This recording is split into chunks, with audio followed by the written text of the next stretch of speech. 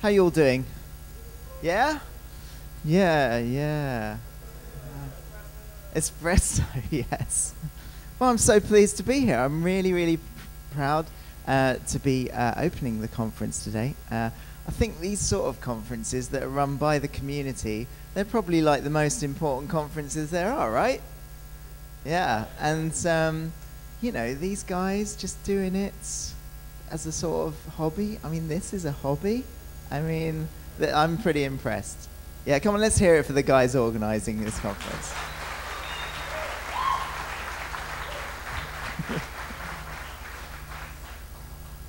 I don't seem to have video coming out of my... I knew we shouldn't have unplugged it. That's always a bad move. Just wiggle the cables around. Yeah, that's generally how we do it. I can start without my slides, that's fine. Or maybe I can't, actually. I think I've sort of said everything I want to say until my first slide. But I could say it's the first conference I've been to that has a faint smell of fish in the background. I could say that. I could say I like playing with lasers. I could just do this for 10 minutes. No, okay, obviously you're not kittens, so that doesn't... hang on. I'm going to help. I'm going to do technical support. Try pushing this in a bit further. Let's be loose. I've just got to fill. I can just start. It's fine. I can just start. In fact, I'm going to start my timer now because I'm going to get 30 minutes. I've got so much stuff. It's like really concentrated. I've got to fit it all into 30 minutes. I can try to detect displays if you like. There you go. That's what the pros do.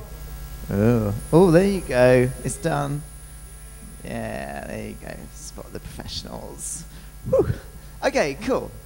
Right, so, see ya. So my talk is very cryptically called Fireworks.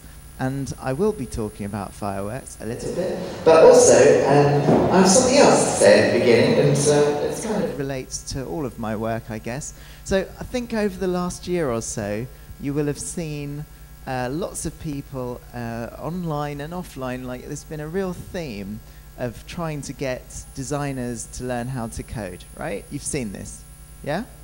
You've got Codecademy and the Khan Academy. Oh, hang on. I meant to introduce myself. I forgot about that. Don't need to introduce myself. It's fine. Let's get on to the message. So, yeah, you've seen this, right? It's like designers learn to code. Yeah. And I guess we're all coders here, right? So we all appreciate the benefits of learning to code.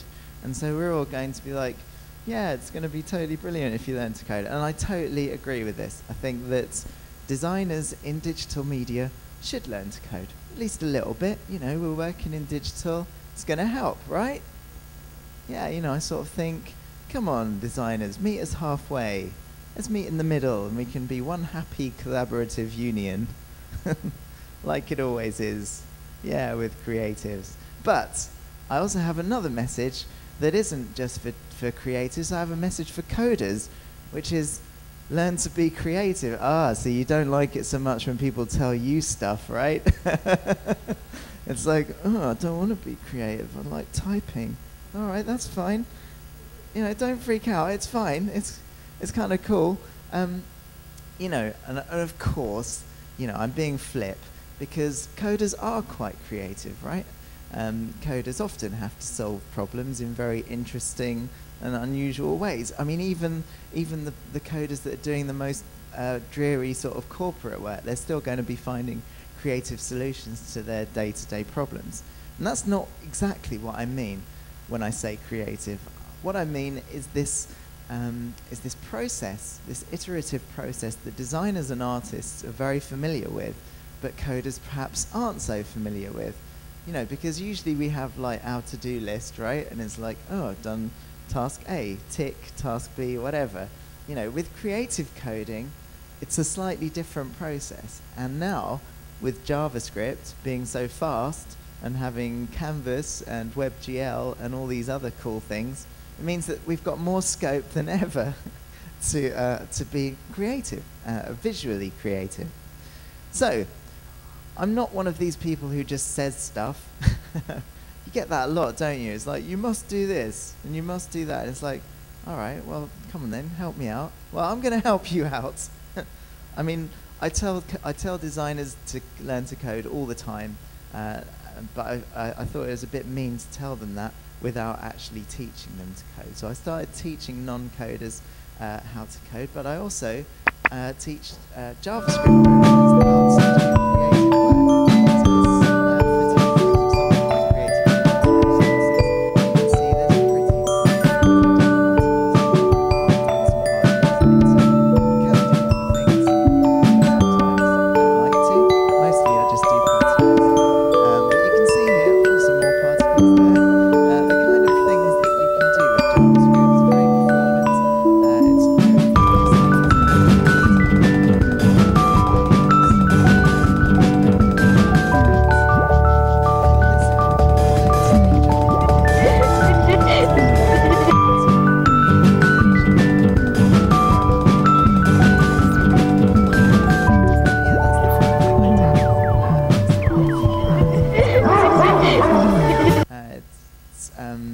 It's really helpful, and so then I hope to create, or to turn the people on my course into creative coders. And this is, kind of a cheesy term. Like I say, most coders are creative anyway, but there is a community of creative coders, not just in JavaScript, but also, in openFrameworks and processing, doing Arduino stuff. There's that sort of digital art community which is blossoming. And that's something that I like to think I'm part of. I, as well as working in JavaScript, I work across a wide variety of platforms. And I'll show you a couple of projects that I've done outside of JavaScript later. So, here's one. In fact, I'll show you it now. I'm totally organized. It's brilliant. I really should work from notes. I don't like to do that. It's boring. So this is a project called PixelPhones. I thought, wouldn't it be fun to join up all the phones in the audience together into one huge big display, right? So that's what this project is. This is some early tests. You can see I've got the synchronization working really well. And then the hardest part of this project is actually finding where the phones are. So I don't know if you're interested, but the phones sort of flash their ID in sort of Morse code type binary thing. And my camera on the computer is running an app that looks at all the phones and decodes the flashing signal, and then it finds their ID, and it's like, okay, phone ID 24 is there. And so then that way we can make patterns and colours and shapes go across the audience. That's kind of fun. But it's even more fun when you can actually use that setup to play games, right? So I made this game called Nyan Catch. You can just about see the little happy faces of people light up. There you go. As the cat runs across their screen. So the cat, Nyan Cat, right? The 8-bit cat thing. Toast, isn't it? Like a Pop-Tart or something. Yeah, what the... Anyway, it's brilliant. Why is it brilliant? I don't know, it just is. Classic. Anyway, so the Nyan Cat runs from phone to phone, it works through its way across the audience, and you get literally half a second to tap it with your finger. And if you get it, then then the fastest person to tap it wins. This was me running it at Frontiers last year. We managed to get it working with about 300 people. This project is still ongoing. I'm hoping to scale it up in the next few months. But yeah, it's quite interesting, and there is a bit of JavaScript in it because what's happening on the phones is just running in mobile Safari or the Android browser. So what's next? This is fun. Has anyone seen this? Classic piece of creative coding in that it's almost entirely pointless. But let me show you it. I wonder if the internet works. So it's an online multiplayer Asteroids game. Might have internet. Have I got internet? Come on, internet.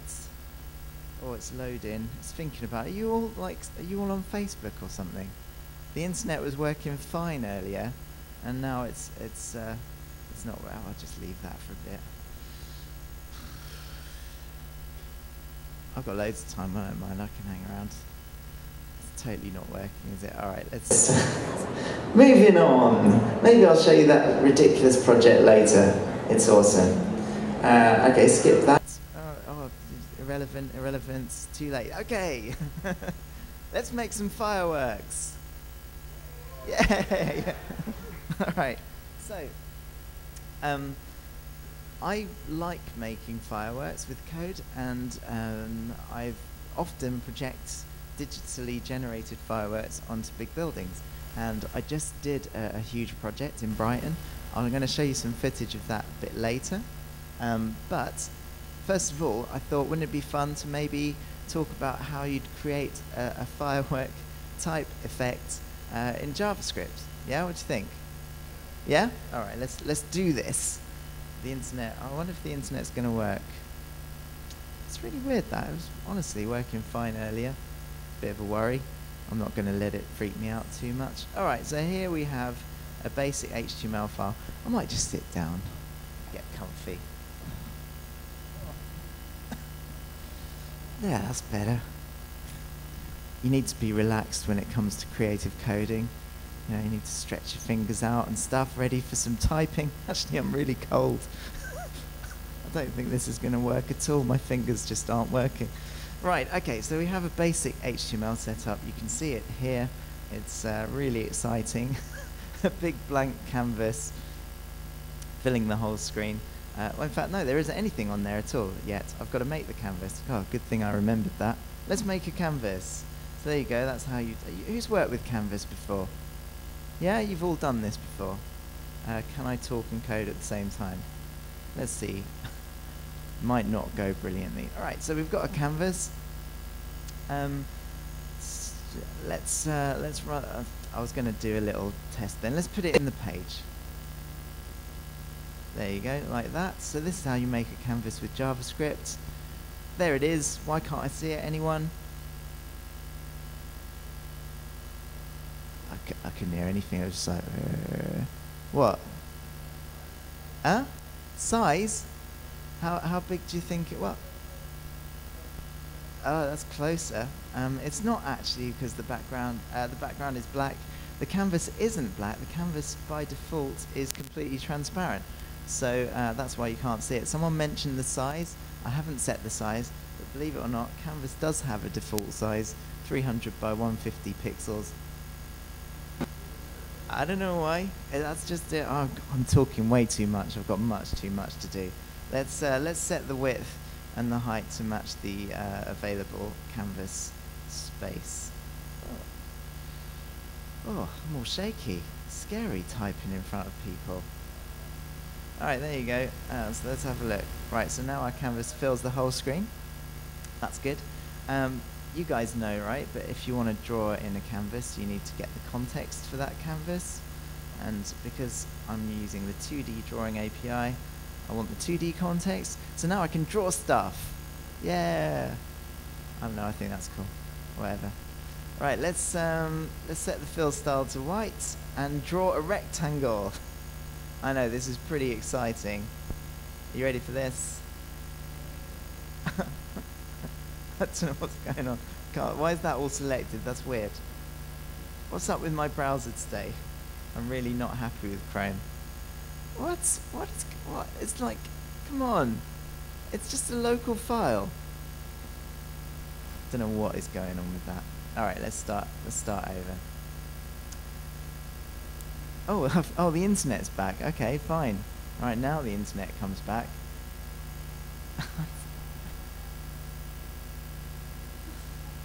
What? What? That is weird. Have I messed up? I haven't messed up. I think my browser's just gone mental. That's really worrying. Stupid browser. Alright. Obviously these demos usually just go absolutely fine and are brilliant.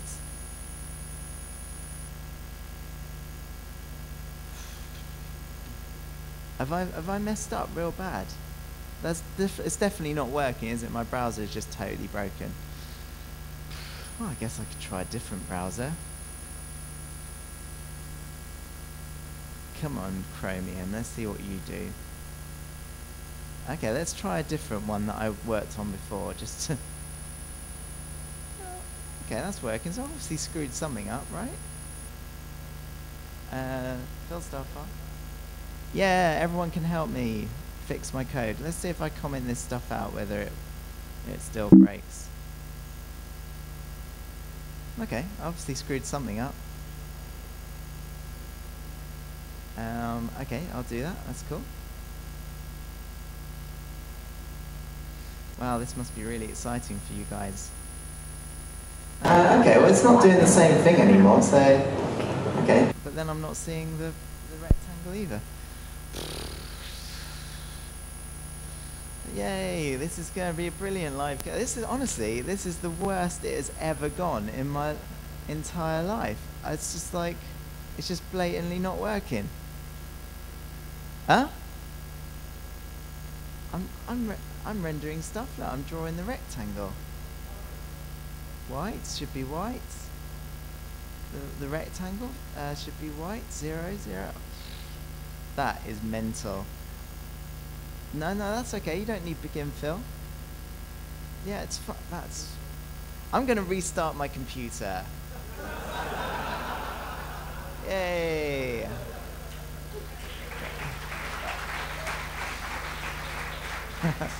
That's what the pros do. Come on. So, anything you want to talk about? Any questions? No? Okay.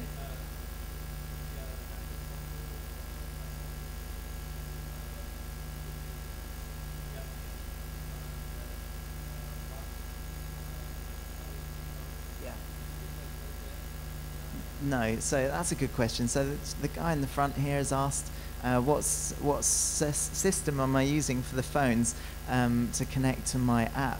Well, the app is actually a C++ native app. It's written using the open source creative coding platform called openFrameworks. So I make a WebSocket server actually in the app. So the app is doing the OpenCV stuff. That does not look good. The app is doing the OpenCV stuff, and it is also the WebSocket server. So that's how it. I'm just doing a forced restart now. It's brilliant. Yeah. Any more questions? Oh, Jesus.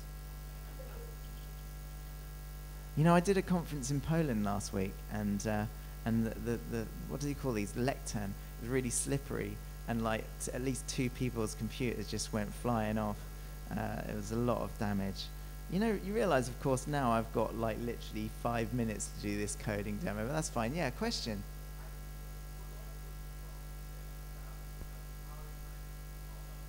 Well, that's a really good question. So the question is, for thousands of phones, how am I planning to sync them all up together? Well, I mean, to be honest, with that kind of setup, the main problem is getting Wi-Fi that works for that number of people, although it's not entirely impossible. But the synchronization system is actually pretty smart in that it basically it's this synchronization process where the phone and the server sort of do a little handshake. They basically go back and forth a little bit. So the clock on the phone and the clock on the server become totally synchronized. So the phones know what time it is on the server. They know the difference between their clock and the clock on the server. So when the server tells them to change color, it doesn't say change color right now. Obviously, if it did, then the traffic and the latency would mean they'd all come on at different times. Instead, the server says, come on at this specific time, about a second or half a second in the future. So it says, come on at 9:28 and 33 seconds. You know, so then the phone gets that message at some point. It's got plenty of time to get the message, and then it just waits there until the time specified, and then it runs it. Yeah, okay, that's looking better, I think. Is it? I don't even know. I can't remember whether I commented stuff out or not. Okay. All right, any more questions? I should probably concentrate on what I'm doing for a moment, maybe. Catastrophic live coding demo. All right, let's uncomment this. That usually works fine, but I'll do that.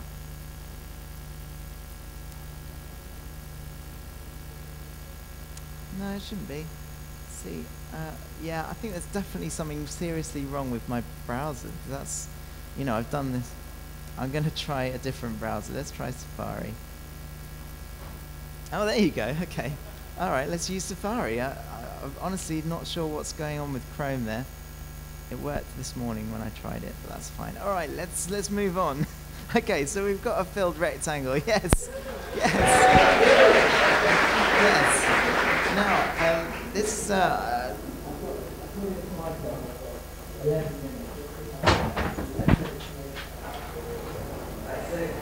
this is in fact what is going to be our particle. Now, I'm going to make a function that draws this particle in different places.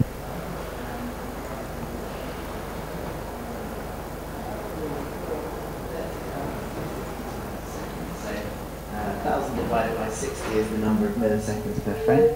So now it's big. Oh, jeez. Right. So now that's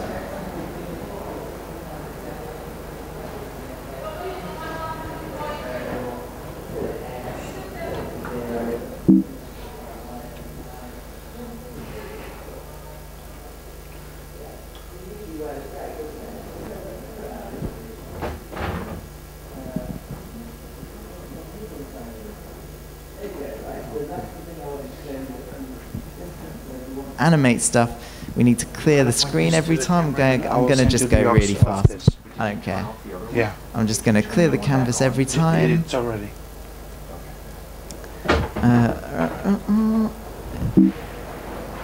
There you go. Right, so our first particle. Yeah. All right. Well, let's actually make it into a particle. That would be fun. Right, so I'm going to make an object. In fact, I'm going to do it. I sometimes do this in a different way. I sometimes do it with a dynamic object. But you know, seeing as it's all going so well so far, I thought I'd try something different, which is to make an actual particle object. And I'm going to, it's all a bit of global, you know, scoping stuff. Don't worry about that. We're just creative coding. We're just having a bit of fun. So I'm just going to set the x and y position of this particle object to the middle of the screen. I'm also going to give it an x velocity and a y velocity. I probably should set that to something sensible. So I'm going to add those speeds on to the position of the particle every time.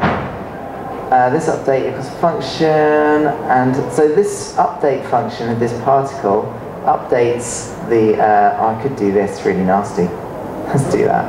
I know, crazy. You can do this sort of shit when you're a creative coder. You can do anything.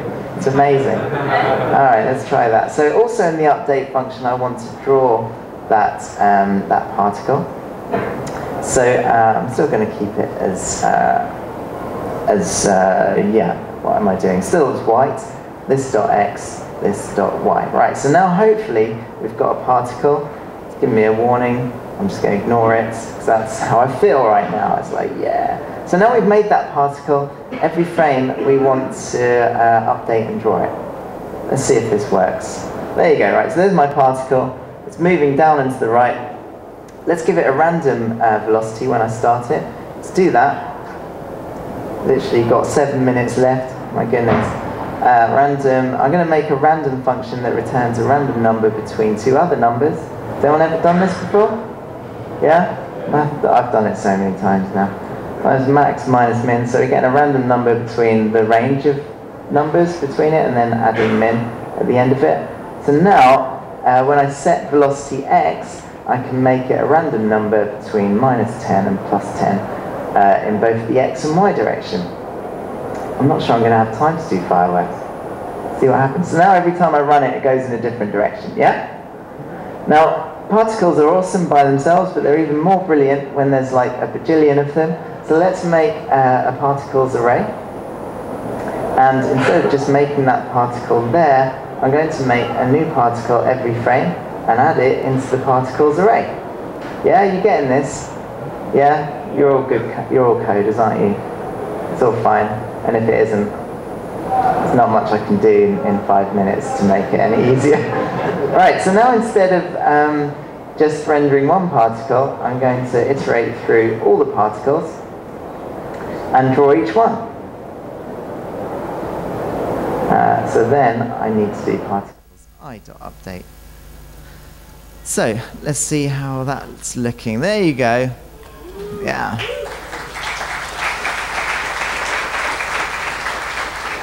Cool. So that's our particle system. It's not looking too bad. There's something else cool I can do is actually give this particle a size. Set that to 10. So then instead of drawing it like that, I can draw it at size. And then also, this is quite cool, you can actually make size a bit smaller by multiplying it by a number close to 1, something like that every time. So now they sort of shrink as they go. Then we can introduce, well, you know, there's also quite a huge problem with this. Anyone noticed? Yeah, memory leak, yeah. So we need to figure out how to reduce the number of particles. Well, the particle's length is greater than, let's say, 200. We'll just shift the first one off and get rid of it. There you go. So let's just test that works by making that number lower. Yeah, so you can see now the particles get killed. That's cool. Right, let's start implementing some physical properties, you know, because I've got like 5 minutes. Why not? So I'm going to implement drag, and the way you do that is just literally multiply the x velocity and the y velocity, again, by a number close to 1. I tend to use, well, let's have quite a high drag factor so you can see it. So let's just have a look. Can you see now they slow down? Yeah, so that's kind of like friction. Really, really simple way of doing that. Let's add some gravity. I don't want it to be too intense, but you just add a little bit to the y velocity, and then you've got stuff that falls down. Our particle looks a bit boring. Let's make it a circle instead. Like, you'd really want there to just be fill circle, right? But no, you can't do that. Instead, begin path, right, c dot arc, dot x and y, and then the radius, then the start angle, then the end angle in radians, and then which direction to draw it in, and then fill. That was easy, wasn't it? Why couldn't they just have fill circle? Now we've got circles, right? So it's kind of cool, but fireworks tend to be a bit more explosive. So instead of just making one particle at the start, let's make a whole bunch of particles all at once up the top. So how many particles do you want? A bajillion. It's JavaScript, Brian. It's JavaScript. 500. Right, so there you go. Oh, and I need to do this as well. And because I'm making 500, I should probably make the maximum a bit higher than that. Let's do 800. So now you can see that whenever I run it, there's just a huge explosion of particles. Now, it looks a bit unsightly, right? Because it's just in a big square. And that's to do with the extents of the velocities. So I'm going to quickly fix that with some maths. Yeah, some trigonometry. Let's get a random angle between 0 and 2 pi. 360 degrees. Let's get a random speed. Well, in fact, let's get a fixed speed for now, and then I'll show you how this algorithm works. We need to use trig, cos of the angle, times by speed. You all know this, right? It's just what you did at school. You can't. Don't tell me you've forgotten. Right, so now you see they're all coming out at the same speed, but at a random angle. So let's give it a random speed as well. 0 to 10. There you go. Right. Okay, so let's make them disappear a bit faster, which means that they shrink a bit faster. That should probably do it. There you go. All right, so I was going to show you some more stuff. I've kind of run out of time. I'm sorry about that. But let's finish my presentation, seeing as I have 2.5 minutes left. And there was a video I wanted to show you. I'm really sorry. There's some more code examples that I wanted to show you, but I don't know what was going on with Chrome there. I've never experienced anything like that before. Anyone from Google here? Have a word, would you? I don't know what's going on with that. It's kind of crazy. Right. Okay. So fireworks in JavaScript. Ah. Okay. Now, this was the project I wanted to talk about, which is PixelPyros. So this was done, again, in openFrameworks, C++. All right, so I guess that's my time up. I've still got 1 minute and 60 seconds, according to this. So, yeah, go for it. OK, so this is PixelPyros, the fireworks display that you control. This is basically moving on from the techniques I just showed you, but in C++, OpenGL. So obviously I can get, well, not a bajillion particles, but about, probably up to 100,000. They're all using images. There's some other sort of little tricks and techniques. So you can see there that you trigger the fireworks by moving your hand across these little orbs. And it makes the fireworks. The great thing about digital fireworks is that they don't necessarily have to look like real fireworks. All of these ones have so far. But in a moment you'll see these 8-bit fireworks, which are sort of more retro style, and in another moment you'll see sort of more vector style Tron type fireworks. So it's fun to play with. Just, if I could just do fireworks that look like anything, how would I do it? And this is kind of it. So kind of a crazy project, really. It took me a few weeks to make. Most of the problems were to do with logistics, to be honest. But you can see there how it works is there are infrared lights behind that screen, and they light up the screen. So in my infrared camera, the people in front of the screen look like shadows. So when my camera detects motion in those areas where the orbs are, then it triggers a firework. Believe it or not, and whenever I say this, people usually laugh, but it's actually a very simple system. It's not that complicated to do. Doing difference blending, motion detection with cameras is actually not that difficult to do. So, yeah, I guess that's probably, I'm kind of thrown because I wanted to show you a bit more of how to get a slightly nicer firework effect, but I'm totally running out of time and we're overrunning as well. So I'm just going to finish off by saying, I hope that this has inspired you maybe to take a bit more of a creative look at your work, and also to show that actually the code itself is really, really super simple, right? There's not, the code I just showed you, there's not a lot of code there. We can take it a lot further very simply without too much extra code even. So it's a really fun thing to do, and once you start moving down that road, it's sort of addicted. Who here has ever wanted to program a game? Let's see. Oh, pretty much everyone. Okay, who's actually programmed a game? Oh, that's not too bad. It was about 30% of the people put their hand up. Normally it's like one person. But that's cool. So I think everyone's sort of naturally drawn to this sort of stuff. And it's a bit sad because there is a sort of lack of high quality materials pointing you in the right direction. But the great thing with JavaScript is that it's so easy to share your stuff, right? You just have to program it, stick it on your web page, and everyone can see it. And it's kind of like a meritocracy as well. Like as soon as you do something even a little bit fun and cool, everyone sort of flocks to it. So should we try seeing the asteroids before we go? Have we got, yeah, okay, let's do it. All right, MMO asteroids. Let's see if it works. I'm not using Chrome. Let's use Safari. Seb Lee demos. I think that's the URL. Okay, so here we are. Oh my God, are you all playing it at the moment? There's quite a lot of people. So this is a little demo I did just to test out a node server. So oh my God, 1,600 connections. It's like super popular. It's probably just gone on Reddit or something. But you can see that, yeah, loads of people play it. This was just a fun little thing. Just took me a few days to make. But it's really super, super fun. Oh, hang on, what's going on? What? What the hell was that? All right, it's time to come clean because this isn't actually MMO at all. It's completely fake. Yeah. I don't really know why I showed you that, except it was I released it on April Fool's Day. I have to kind of explain how that works now. I'm really sorry. I know I'm overrunning. Whoever's on after me, I truly apologize. But let me just quickly show you this. So, oh, I mustn't open things in Chrome. Chrome is just broken. It's so weird. And I just deleted stuff. So you can see what's so funny. All right, so you can see these are a load of particles that kind of repel each other.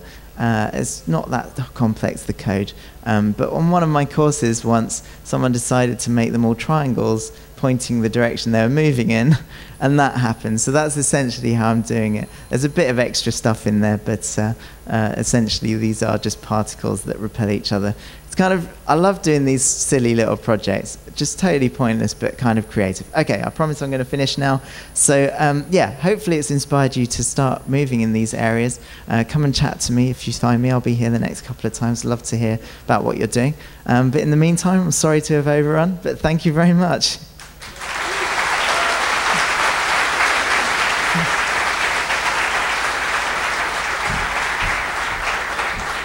Sorry about that.